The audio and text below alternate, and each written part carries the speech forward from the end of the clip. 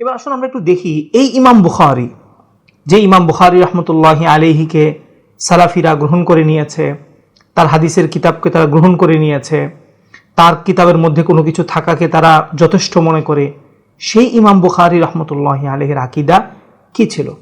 সেই ইমাম বুখারী কি সালাফিদের সাথে ছিলেন? না, তিনি সালাফিদের সাথে ছিলেন না।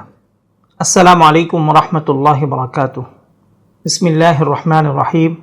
আলহামদুলিল্লাহি রাব্বিল আলামিন ওয়াসসালাতু ওয়াসসালামু আলা সাইয়্যিদিনা মুহাম্মদ ওয়া আলা আলিহি ওয়া আসহাবিহি আজমাইন। সহিহ এবং সঠিক আকীদার অনুসন্ধানী যারা, তাদের জন্য আজকের আলোচনাটি খুব গুরুত্বপূর্ণ। আজকে আমরা 3টি পয়েন্ট নিয়ে আলোচনা করব ইনশাআল্লাহ। একজন ভাই সালাফি আকীদা থেকে ফিরে এসেছেন। 2, মারুফ কাসিমি যিনি সালাফি আকীদা গ্রহণ করেছেন, তার সাথে আমার কি কথা হয়েছে। 3, ইমাম বুখারী রহমতুল্লাহি আলাইহির আকীদা কি ছিল। আসুন প্রথমে আমরা দেখি আমাদের প্রিয় একজন ভাই, যিনি আগে সালাফি আকীদার অনুসারী ছিলেন। তিনি আমার বিভিন্ন আলোচনা শুনে তিনি সহিহ আকীদা গ্রহণ করেছেন। এরপর তিনি আমার কাছে কি বার্তাটি পাঠিয়েছেন, আসুন আমরা একটু পড়ি। আসসালামু আলাইকুম হুজুর, আমাদের আশারি মাতুরিদিদের কি একটা পিস টিভির মতো চ্যানেল খোলা যায়, যার মাধ্যমে মানুষ প্রকৃত সহিহ আকীদা শিখবে এবং দেহবাদ থেকে বাঁচবে ইনশাআল্লাহ? আমার জন্য দোয়া করবেন। আমি দেহবাদী আকীদা থেকে আপনার কথা শুনে বেরিয়ে এসেছি। এখন আমি আকীদায় আশারি মাতুরিদি। আমার পিতা দেহবাদী। আল্লাহ যেন তাকে এই আকীদা থেকে প্রকৃত সহিহ আকীদায় আসার তৌফিক দেয়। দোয়া করবেন ইনশাআল্লাহ। প্রত্যেক মসজিদে আমলে ফাজাইলের পাশাপাশি যদি আকীদার ফাজাইল থাকতো, তাহলে মানুষরা বুঝতো ইনশাআল্লাহ যে আহলে হাদিসরা দেহবাদী। আমার সম্মানিত ভাই এখানে 4টি কথা উল্লেখ করেছেন। প্রথম হচ্ছে, পিস টিভির মতো কোনো চ্যানেল খোলা যায় কিনা যেখানে আমরা সহিহ আকীদা প্রচার করব। দোয়া করবেন আল্লাহ তাআলা যেন আমাদেরকে তৌফিক দান করেন, আমিন। দ্বিতীয় বিষয় হলো, আমার এই ভাই সালাফি আকীদা থেকে অথবা দেহবাদী আকীদা থেকে ফিরে এসেছেন। এই জন্য আমরা দোয়া করি আল্লাহ তাআলা যেন এই ভাইকে মৃত্যু পর্যন্ত এই প্রকৃত সহিহ আকীদার উপর থাকার তৌফিক দান করেন, আমিন। 3 নাম্বার হচ্ছে, তিনি তার বাবার জন্য দোয়া চেয়েছেন। তার বাবা এখনও সালাফিদের দেহবাদী আকীদার লালন করছেন।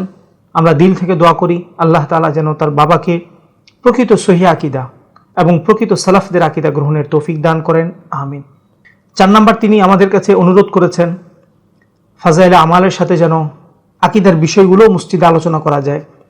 তাহলে ইনশাআল্লাহ সালাফিদের যে দেহবাদী আকীদা, এই আকীদা মানুষ জানবে, বুঝবে এবং মানুষরা এই আকীদা থেকে ফিরে আসবে। আলহামদুলিল্লাহ এখন অনেক মসজিদেই বুনিয়াদি আকাইদ আমার লিখিত কিতাব তালিম হয়।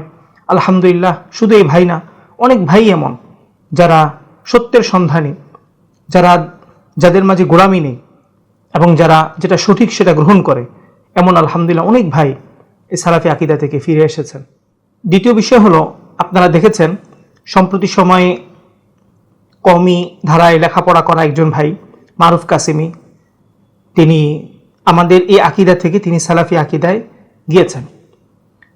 তার সাথে আমার আগেও পরিচয় ছিল।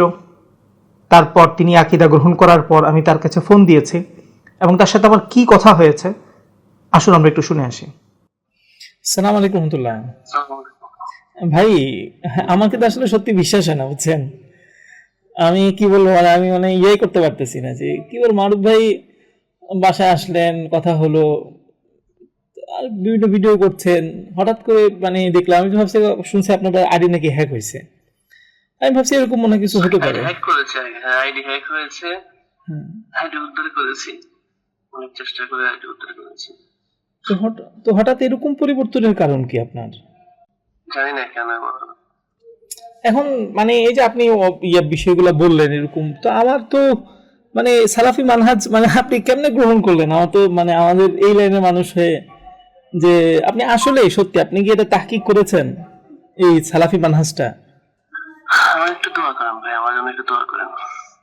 আপনি মনে হয় যে সিদ্ধান্তটা নিয়েছেন, আমার মনে হয় এখন আপনার অবস্থা আমি জানি না কি আসলেই কি পরিস্থিতির শিকার নাকি, আমি তো আসলে কোনো কিছুই জানি না। বাকি আমার মনে হয় আপনি আর একটু তাহকিক করেন, বুঝতে পেরেছেন? সালাফি মানহাজটা আপনার মতো একজন বুঝমান মানুষ কিভাবে গ্রহণ করলেন, যেখানে তাদের কোনো একটা সহিহ হাদিস পর্যন্ত নাই তাদের আকীদার। সেখানে আপনি মানে বলে দিচ্ছেন যে আমার কাছে সব সহি মনে হয়েছে, এই জন্য আমি গ্রহণ করছি। অথচ আবু বকর জাকারিয়া সাহেবের মতো ব্যক্তি রহমান আরশের উপর উঠেছেন, কিতাবটা লিখেছেন জয়ীফ হাদিস দিয়ে। এটা আপনি নিজেও জানেন, আপনি নিজেও তাহকিক করেছেন যে আসলে মানে আকিদাতে জয়ীফ হাদিস তো কখনো চলে না। তো যে মানহাজটা আকিদা জয়ীফ হাদিসের উপর ভিত্তি করে, এটা আপনার মতো একজন বুঝমান মানুষ কিভাবে গ্রহণ করলেন, মানে আমি নিজেকে বুঝাইতে পারি না, জানেন। বা আপনি বললেন 2-3 বছর যাবত আপনি খটকার ভিতরে আছেন, আপনি তো কোনোদিন আমরা বললেনও না বিষয়টা যে ভাই এরকম কিছু একটা হচ্ছে বা এরকম কিছু একটা। মানে আমার তো আসলে খুব ইয়া লাগে আপনার জন্য। আপনি আমার বাসায় এসেছেন, আবার ওদিন আমার একটা ভিডিও আপনি ইয়া করে দিয়েছিলেন। তো আমার কাছে তো বিষয়টা খুব ইয়া লাগলো যে আরে মারুফ ভাই এই ধরনের মানে কিভাবে হলো এটা। অন্য কেউ হতো ঠিক আছে, পড়াশোনা করে না বা এরকম কিছু একটা, আপনাদের তো জানা এটা তলব ছিল। তো সালাফি আকীদা তো মানে গ্রহণ করার কোনো যৌক্তিকতাই আপনি পাবেন না, কোনো যৌক্তিকতা আপনি পাবেন না। আপনি কার কিতাব ধরবেন? আপনি ইবনে হাজারের কিতাব ধরবেন সহিহ হাদিস মানে পড়ার জন্য, দেখবেন সেও মানে সালাফি আকীদার বাইরে। ইমাম নববী রিয়াদুস সালিহিন ধরবেন, দেখবেন সেও তো সে আকীদার বাইরে। তো আপনি এখন কি তাহকিকটা করলেন বা কোথায় আপনি গেলেন, কি হলো যে আপনি পুরো মানহাজ পরিবর্তন করে ফেললেন? আমার জন্য একটু দোয়া করেন ভাই। না, আপনার জন্য আসলে খুব দিল থেকে আমি দোয়া করতেছি, বিশ্বাস করবেন কিনা ভাই, খুব দিল থেকে দোয়া করতেছি। বাকি আমার মনে হয় আর কি, সেটা হলো যে আমার কাছে মনে হচ্ছে আপনি হয়তো পরিস্থিতির শিকার, আমার কাছে মনে হয় এরকম। কিন্তু পরিস্থিতি যদি শিকার হন, তাহলে আমার মনে হয় আমাদের এইদিকে যথেষ্ট মানুষ আছে আপনাকে সাপোর্ট দেওয়ার মতো, এখানে ওরা কিছুই করতে পারবে না। বাকি যদি বলেন যে না আমি আসলে সত্যটা বুঝেই গ্রহণ করেছি, তাহলে আপনি আরেকটু তাহকিক করেন যে সালাফি আকীদাটা কিভাবে সহিহ আকীদা হয়। যুগ যুগ ধরে তো এটার প্রতি কালামের তো কোনো অভাব নাই। আপনি আশারি মাতুরিদি, আপনি উইকিপিডিয়াতে গিয়েও যদি দেখবেন যে সর্বক্ষেত্রে যারা কাজ করেছে এরা হয় আশারি বা মাতুরিদি। এটা আমি ব্যক্তিগত বাদই দিলাম, সালাফি আকীদার সহি কয়টা হাদিস আছে ওদের আকীদার প্রমাণের জন্য, আপনি যদি এটা তাহকিক করে দেখেন তাও তো আপনি পাবেন না। তো এরপরে মানহাজটা সহি হয় কিভাবে?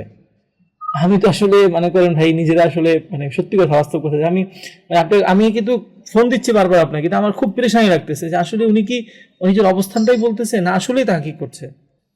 তো আমার মনে হয় মারুফ ভাই একটু মনে হয় মানে এই আসলে মৃত্যু তো সবাই আসে, কার কখন চলে আসে এটা তো বলা যায় না ভাই।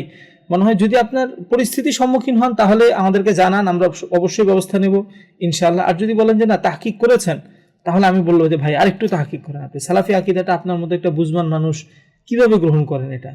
যেখানে ওরা বলে তাবিল জায়েজ নাই, সেখানে খুদ ইমাম বুখারী রাহমাতুল্লাহ আলাইহি তাবিল করে বসে আছে। তো সেই আকীদাটা কিভাবে একটা সহিহ আকীদা? আমাকে একটু সময় দেন, আমার জন্য একটু দোয়া করেন। ঠিক আছে ইনশাআল্লাহ, আল্লাহ আপনাকে ভালো রাখুক, এটাই আর কি, এটাই দোয়া করি।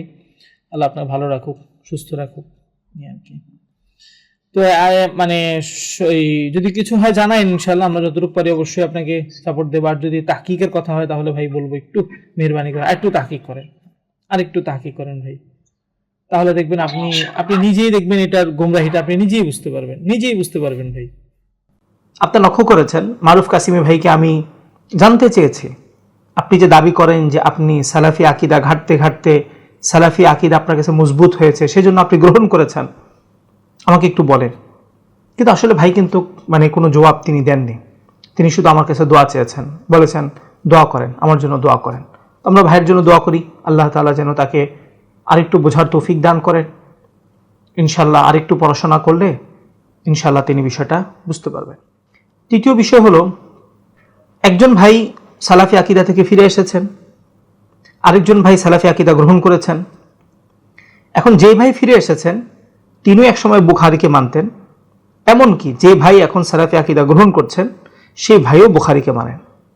এবার আসুন আমরা একটু দেখি, এই ইমাম বুখারী, যে ইমাম বুখারী রাহমাতুল্লাহি আলাইহিকে সালাফিরা গ্রহণ করে নিয়েছে, তার হাদিসের কিতাবকে তারা গ্রহণ করে নিয়েছে, তার কিতাবের মধ্যে কোনো কিছু থাকাকে তারা যথেষ্ট মনে করে, সেই ইমাম বুখারী রাহমাতুল্লাহি আলাইহির আকীদা কি ছিল?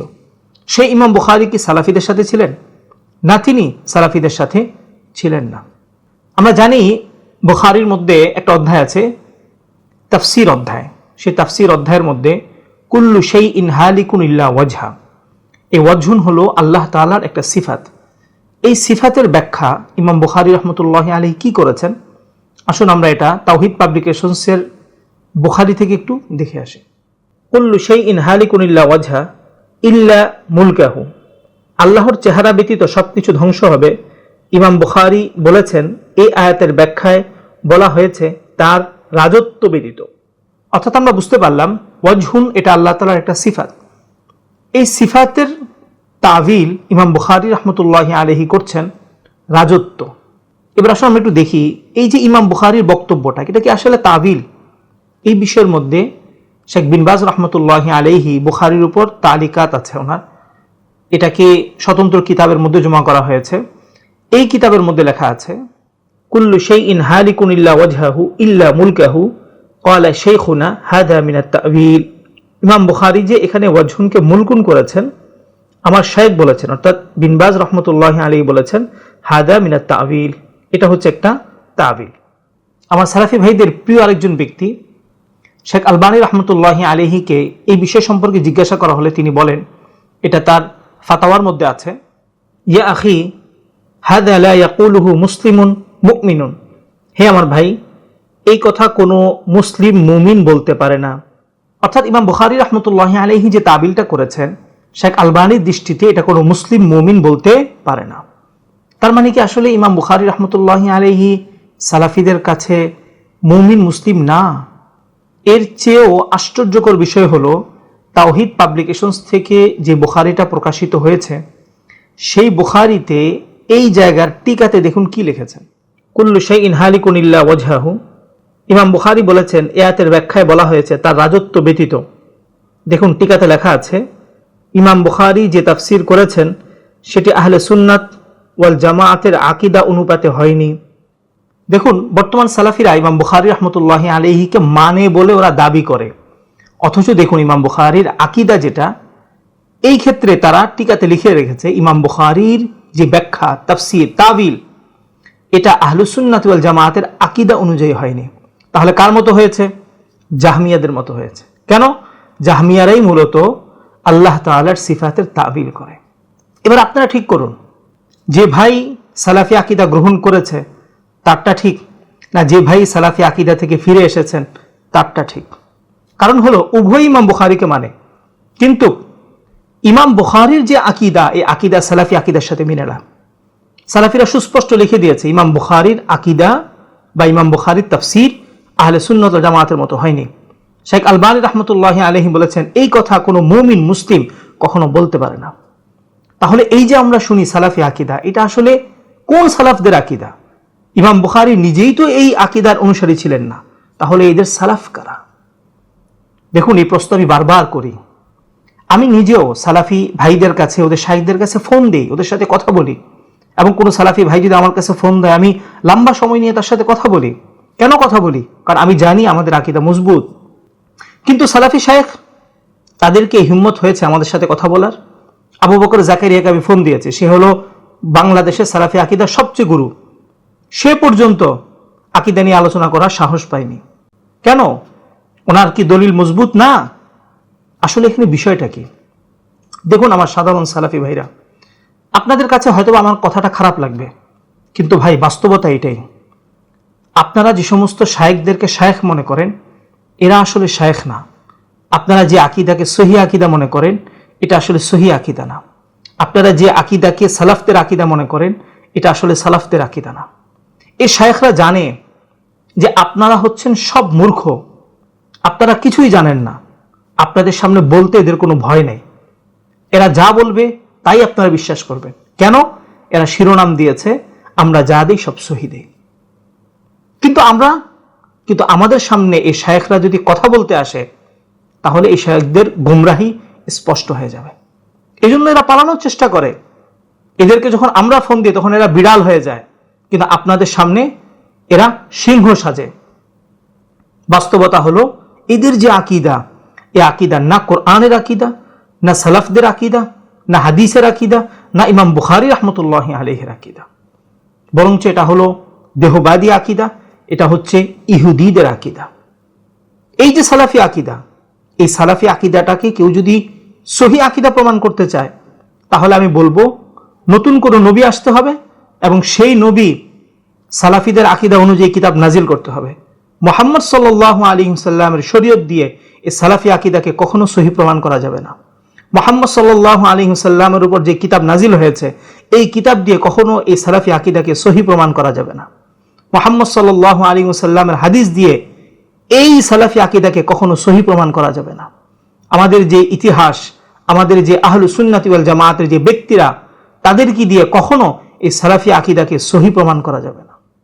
এই জন্য আমি আমার সালাফি ভাইদেরকে বলবো যে এই মারুফ কাসিমি অথবা কোনো শেখ অথবা কোনো ভাই, আপনার যদি মনে হয় মৃত্যুর আগে যে সালাফি আকীদাটা সহি আকীদা, আমাকে একটু জানাবেন, আমার সাথে একটু কথা বলবেন।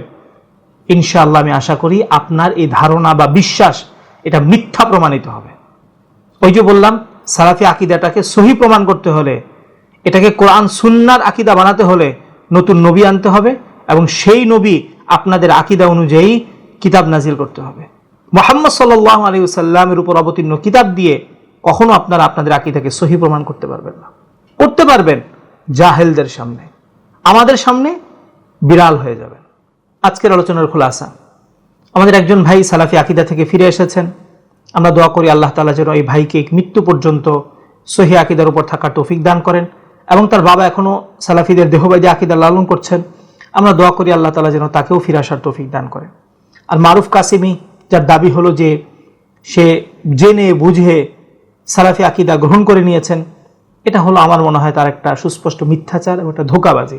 কারণ হলো আবু বকর জাকারিয়ার মতো ব্যক্তি এত বড় বিজ্ঞ হওয়ার পরেও তিনি সালাফি আকীদার কোনো সহি দলিল পাননি। তিনি রহমান আরশের উপর উঠেছেন কিতাবটা শুরু করেছেন জয়ীফ হাদিস দিয়ে, অথচ আকীদাতে জয়ীফ হাদিস চলে না।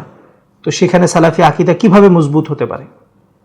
3, যে ভাই ফিরে এসেছেন তার কাছেও বুখারী দলিল, যে মারুফ কাসিমি গ্রহণ করেছে তার কাছেও বুখারী দলিল, অথচ এই ইমাম বুখারী সালাফিদের কাছে মুমিন না, মুসলিম না। ইমাম বুখারীর ব্যাখ্যা আহলে সুন্নাত ওয়াল জামাতের মতো হয়নি, বরঞ্চ ইমাম বুখারীর ব্যাখ্যা হয়েছে জাহমিয়াদের মতো, নাউজুবিল্লাহি মিন যালিক। সুতরাং যে আকীদা ইমাম বুখারীর আকীদা না, সেই আকীদা আমার সাধারণ মুসলিম ভাইরা কিভাবে গ্রহণ করছেন?